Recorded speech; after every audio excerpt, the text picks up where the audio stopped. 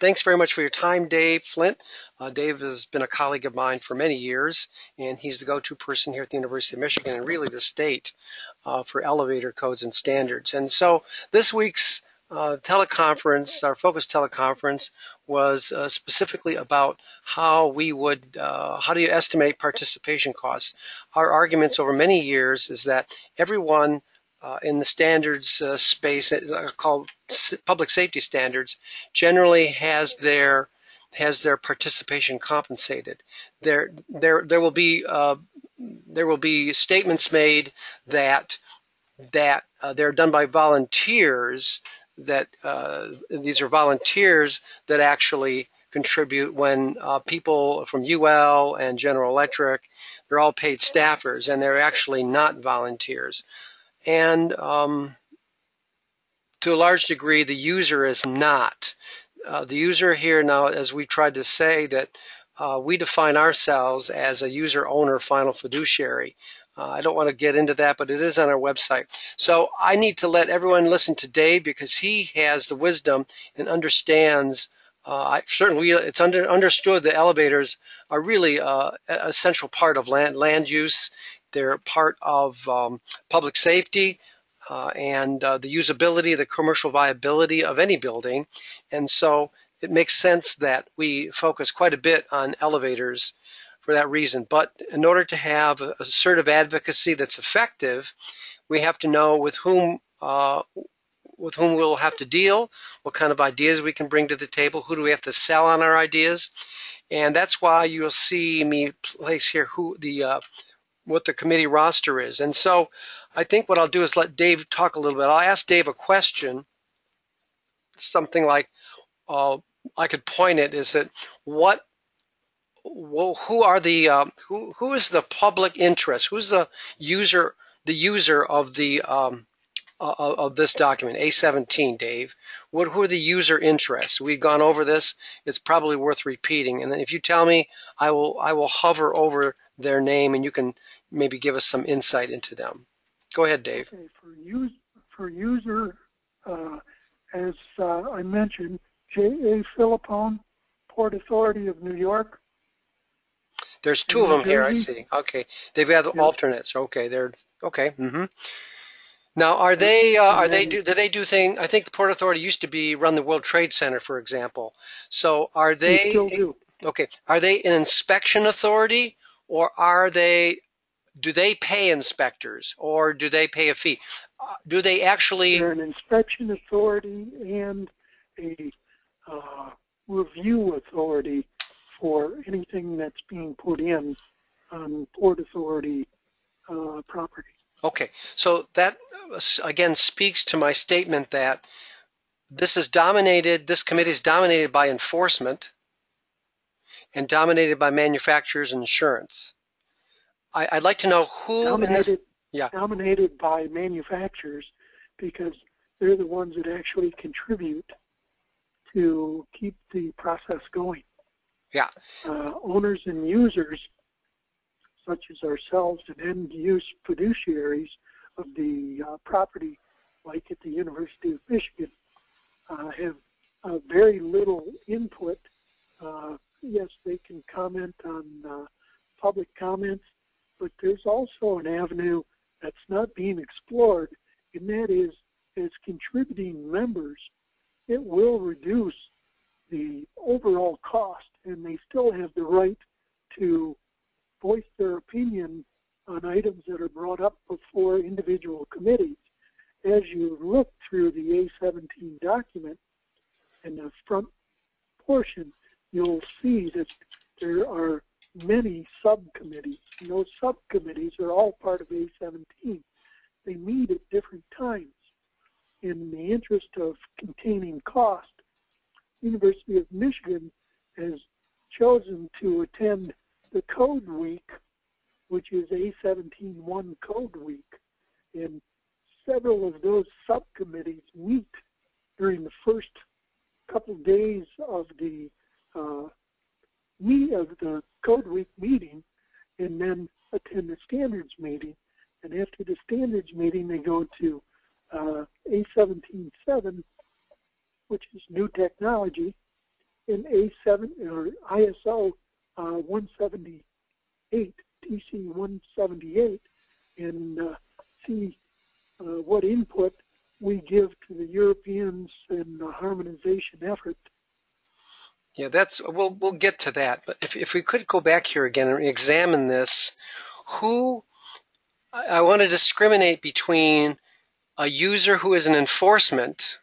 So an enforcement interest is one who has primarily a public safety objective. And let's just use a large property owner, for example. Let's take, and I don't want to use any political leaders or political candidates that own property, but where would, say, BOMA, the Building Owners and Management Association, where would they be? Because remember, they need safety, but they also need economy. Is there anybody on this list that's voting on behalf of the property owners? Other than the U.S. Navy, which was Mr. Harity and Mr. Philippone from the Port Authority, there are none on the standards committee that I'm aware of. Okay, and we just established that our friends from the Port Authority are largely enforcement interests. Yes. Okay, But, all right. So there really like is. I said, they also do review and purchase. Okay. Okay, so yeah, a lot of municipalities, I imagine, this is the world's most populous city, or maybe not anymore, but they've certainly got their share of tall buildings. And so obviously safety for those tall buildings is important. I don't see a BOMA on here, though. I don't see an IFMA on here. That's what I don't see. No, you don't. Yeah, and I see somebody from Michigan here. He is probably enforcement, He's right? the chief state elevator inspector for the state of Michigan. Okay, all right. So what we've established here by looking at this committee, nobody who's paying for the bill for both safety, public safety, and safety of the balance sheet. Safety of the balance sheet matters. If you overdo safety, you're not going to have people come to your buildings. I often use the anecdote of the fire people. Fire people don't want to have anything. They'll say, we don't want to see anything that burns in your building. And so the architect says, okay, it's going to all be made of rock. It'll be all made of rock. And he never has enough money for that. And so he just takes his building elsewhere. The owner goes elsewhere. So if you overdo safety, people are not going to come to your buildings. And you're out of business. Well, so I'd rephrase that, Mike, to say not overdo safety, but make safety the primary objective of the committee. What about safety of the balance sheet, though? Suppose, and that's where most of our work is trying to understand if we're going to be outvoted. It looks like we're outvoted completely here because I don't see anybody Absolutely. there is no, so effectively there is no owner interest on A17.1. That's correct. Okay, that's all I want to know. So how much would it cost to get that interest? And that's why, and so here's where our bill comes now. And so this is what we were working on a little bit earlier, and I apologize. Remember, our Friday teleconferences are not supposed to be polished because our primary job is doing stuff, putting words on paper, finding data, discovering things, putting new ideas, and getting them vetted. So we're hoping that the education function is taken up by others. Nevertheless, we hope that the nuts and bolts here is enlightening. So to get a final fiduciary here, for, I'll call it user, owner, well, no, let's call them final fiduciary.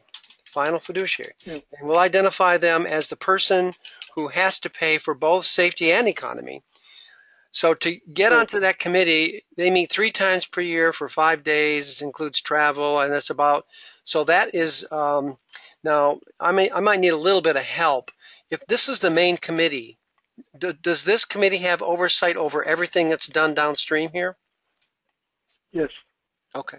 So ideas get through. How are new ideas put through? When these people vote, and they're the only people that have a final vote on it, how do new ideas get up into this area here? And by the way, I believe this is the latest revision. Subcommittee, the subcommittee is either tasked with answering a inquiry from a user owner or a code authority or a manufacturer saying, what if is the intent of the code this, and the subcommittee makes a ruling on it and then pushes it to the standards committee for final approval. Mm-hmm. If the standards committee doesn't like or doesn't approve, that it goes back to committee for them to work on to intensify and come up with a final answer that's agreeable to the standards committee. Mm-hmm. So that's an interpretation of a new concept that might be tracking in the latest revision, or there's an application situation out there and they want to understand, the architect may want some firmer understanding to make sure it conforms to the intent of the committee. So I get that. NFPA does that also. That's not a new idea, though. But what you have to also understand is that A17.1 is, it's the written word. A17.7, which is a performance-based code, allows the entry of new ideas, but they're governed under the A17.1 standard. ASME A17.7. Okay, so they have a document. Performance-based code. Okay. That's how you get new technology to the market sooner, is going through A17.7. Well, this just sounds like a revenue stream for conformity assessment here. That's what this is. This says, these are the rules, this is what you can bill for. That's what this looks like to me. Yep. Or maybe this is just a, the bare bones. There's a larger document that does this. There is a larger document. Yeah. Okay. So this is not their general requirements here then. So you said the path of new ideas through this committee comes into new ideas going up to each of the subcommittees, that this group never sees new ideas unless they're sitting on both of them. Is that where it's set up? Yeah, that's pretty much it. Yeah, that's pretty much it. The subcommittee is forwarded the question from either the standards committee, private individual, ASME, saying clarifications needed.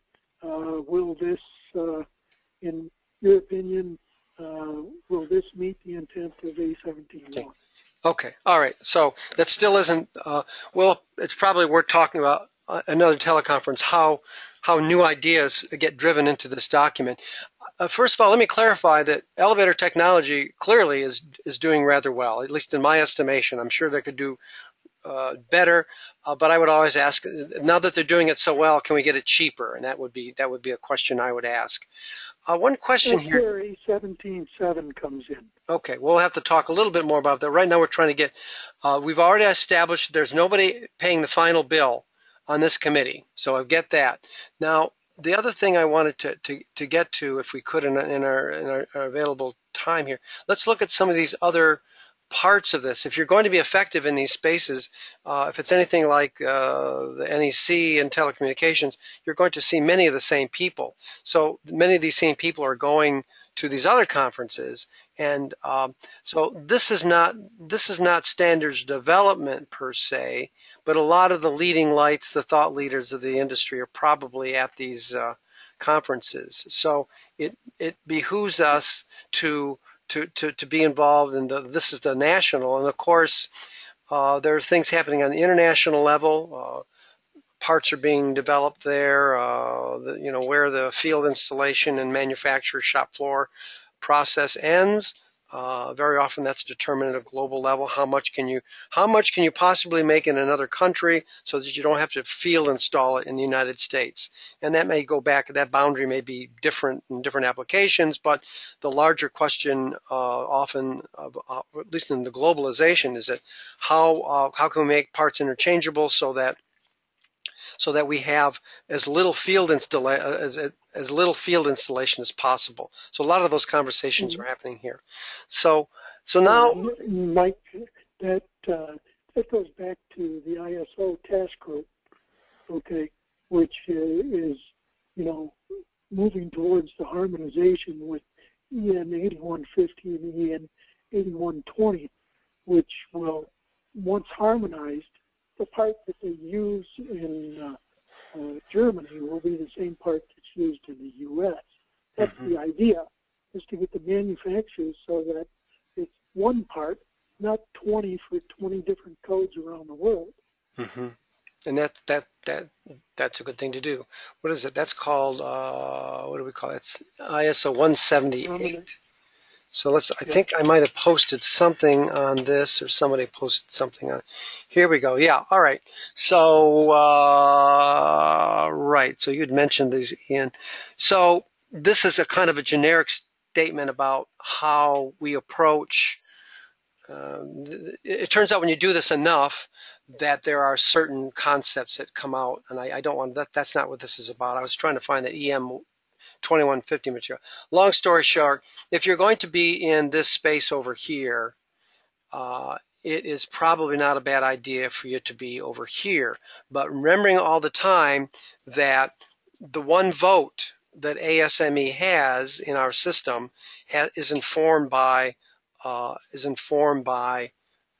U.S. stakeholders. And do they actually have the members of the U.S. tag on this one somewhere? I imagine they do. No. They don't? They don't. Should you got to they? remember, in the U.S. tag, we only have one vote. I get that, but the U.S. tag must have many members. They do, for different groups. And part of the A17 Code Week on Thursday, the ISO TC 178 meet, and I attend that, but I'm not a member because I don't want to incur the cost of traveling overseas. Yeah. Well, yeah, you're never prohibited from attending those meetings as an observer. I've been that way myself on a couple of them. So, okay, so we've established but I still make comments at them. Sure you can. Yeah, I do. So here we have the core committee, and it makes sense if you're going to advocate there that you're going to need to advocate here. There's probably a lot of anticipatory intelligence you get out of this. This is for the education facilities industry. This is a nonprofits and education. Yeah. Okay. And this is the National Association of Electrical Elevator Contractors. Association of Elevator Contractors. So these are installation folks, and typically they might be a subcontractor to a larger mechanical contractor, and they meet four or 5 days once per year, including travel plus professional time. So, and then of course, I think I need to partition this because really ASME is bearing this cost, and really for the user owner, final fiduciary in the education facilities industry to be able to finance this kind of advocacy involves this amount of. So what do we keep want? in mind on the U.S. tag, on the ISO 178, the individual member pays their own way. ASME only pays for their secretary. Okay. You mean this here? You mean? Yeah. What do you mean? ASME takes care of the secretary. The secretary for the tag group is an ASME secretary. Yeah, okay. All right, so. And the other people that are on it are not, while they may be representing ASME, they are, like Lou Bialy is chair, the ISO tag, and he is a consultant for Otis Elevator Company. So okay. Otis picks up his tab. Okay. And of course, special consultants matter. Special consultants, you'll see them here. They'll have a name that looks like a special consultant's name. I'm trying to pick one up here. All right. So technical standards. Go to Brooks. Okay, it says J.R. Brooks, North Carolina Department of Labor. He no longer holds that position. He's actually a consultant now. Yeah. Okay. Good. Okay. It's okay. So, so then to summarize, Coker and Company is a consultant. Yeah. You know, what may be beneficial for you is for you to go through the list, send me the list separately, and I'll go through and highlight who's who. Okay, that's fair. Well, but get the most recent edition, which is the 2013. The 16 will be out in a few short months. You know. Yeah. Yeah. Okay. So I want to just get the hour count correct to have an effective voice. To have an effective voice as a final fiduciary here. And I don't rule out the possibility that we would maybe collaborate with another owner, like or IFMA or BOMA, on trying to get our insight here and to make sure that we don't, there's not what I'll call regulatory excess or market making. Our system allows for that. And our system also allows for the bartering and what I call leading practice discovery. So going back to our hour count, we want this vote involves roughly 150 to 2 hours per year, not including travel. You've got another week's worth of a conference here. You've got another week's of a conference here. So that's about the scope of it. And what that means in terms of dollars is another discussion. But that tells us what effective advocacy would look like. And another part of this, I believe you said there must be a 5-year commitment or must be a 3-year commitment? Yeah, once you join the committee, it's expected that commitment will be there. Like I sit on the QEI committee and A17-4 committee, and Rich had to write a letter saying that he would support me as long as I was a member. Yeah, okay. Good. Okay, so, and of course, we understand that in order to be really effective, far more, and I'll also say to be effective, you're looking at, I'll say 6 to 12 years. Yeah, you're probably looking at that. Yeah, to be effective, 6 to, and of course, remember that all those other folks have been there for a long time also. And but usually 6 to 12 as well. Yeah. Yeah, and that's what's helpful. So you have a voice. So you need to, there's always that period where they're going to look at the new guy in the block. It is not clear to me whether ASMA would even allow a final fiduciary on that committee. So, but I did want to get an idea of what it costs. Go ahead. Yeah, they told me that they didn't see the problem. It may take 2 votes, which would be 2 different meetings, but they would expect me to be on it with no problem. Mm-hmm. Yeah, I get that. Okay, good. So now, so my point of this, and I'm going back to our agenda for our talk for this Friday, and I'm doing this, everyone, because Dave's not able to call in tomorrow, and we often will do this when we have very important topical material that can't be done on a Friday afternoon. By comparison, my vote on the NEC is we meet 2 times every 3-year revision cycle, usually in December and January. Meetings are usually, I'm going to say they basically nuke out 5 days. I just don't see, I'll just say 5 to 6 days just to be safe, because sometimes you do get stuck on things and it requires you to be there. And of course, to be effective, it takes 6 to 12 years. And both of you and I are fairly effective there now. So I think advocacy in the National Electrical Code is considerably less expensive than advocacy in the ASME suite. And the next time we take up this topic, we're going to go and look at the participation costs of the ICC suite and the ASHRAE suite. They all have different ways of doing it, but what does it cost to get a voice and a vote? So we're not just going after ASME right now, but I thought by comparison it might help enlighten some of the ways these ideas and these codes come into being. So Dave, I've hustled us quite a bit through our pre-record here, and I feel a little guilty about doing it because you're such a knowledgeable person. Are there things that you think we should know about, knowing that our focus is principally on participation costs. Is there anything I might have missed here? And I'll also say to our listeners that we have a number of very enlightening elevator standard teleconferences with Dave. We just did one yesterday, for example, for the state of Michigan. So these will be available for you. But in the interest of trying to keep us on our agenda here, is there anything else you can speak to on the matter of participation costs for the ASME A17 document? Yeah, there is, and I mentioned it a little bit earlier, it's becoming a contributing member. Contributing member allows many people to have a voice in the topic that's being discussed on the individual committees without having to do travel. And it's the cheapest way to get on a committee. Generally, you have to attend one meeting and then apply for a membership as a contributing member.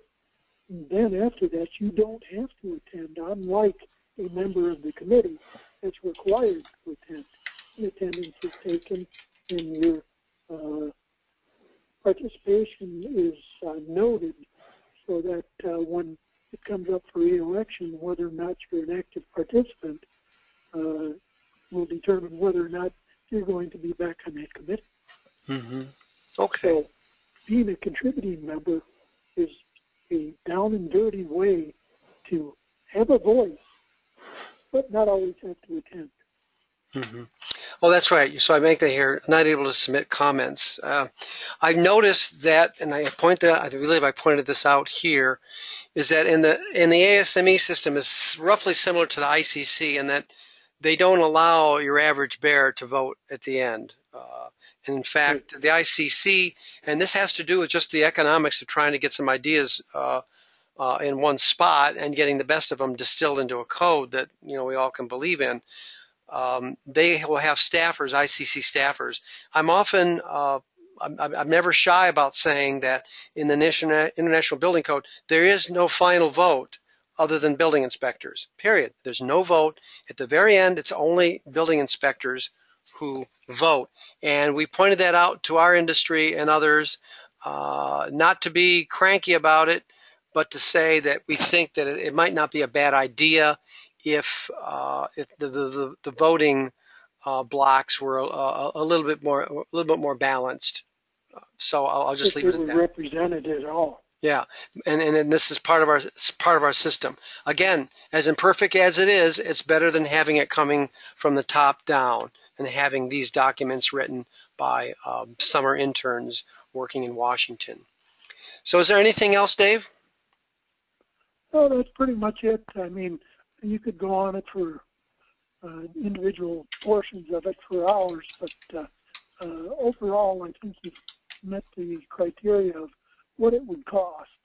Mm-hmm. And it may be a little generous as far as it may not cost that much, mm-hmm. but leaving it in the balance to say that you can expect to spend this is much better than under budgeting and then trying to scramble to find money to go. Mm-hmm. Yeah. The big leap that I've taken here is that if you're going to be here at all, you need to be on all of these. This is not the kind of technology where you can isolate yourself, especially for our industry. You need to be involved in these others, I believe. Most people that join these committees are dedicated to the committee. And they're dedicated to making sure that the voice is heard, voice of reason, that not only promotes the safety but end-use cost. And that's what we have to be concerned with as universities and public institutions, is to make sure that we cover that topic, to make sure that we're not getting a gold-plated elevator. We're getting something that is responsibly, cost responsibility and safety are the topics. Yeah, the gold. I think we've gotten past the gold-plated elevator. The trouble is that it's the maintenance afterward will tend to make up for in a competitive bidding environment. Usually, a lot of the excesses are shaken out, but then you have the long term, the effective cost, the total cost of ownership, and that's the part that we have to reckon with. And the maintenance standards really are a reflection of some of the safety performance, the specific performance standards of care that you see in these documents. So we're going to do a part, since you mentioned that, we never have enough time. We've probably taken up our whole half hour, actually. We never have enough to talk about. Way past that, Mike. Yeah, I know. Well, we'll post this as a, we'll be posting this as a, as an addenda to what it costs, because we can't make any progress unless we know how much we have to invest to get to recover it and then some. So I'm very grateful for your time, Dave, as always, and we'll probably have this up by Monday or Tuesday, next Monday or Tuesday. Okay, now you finished the recording? I will stop the recording now.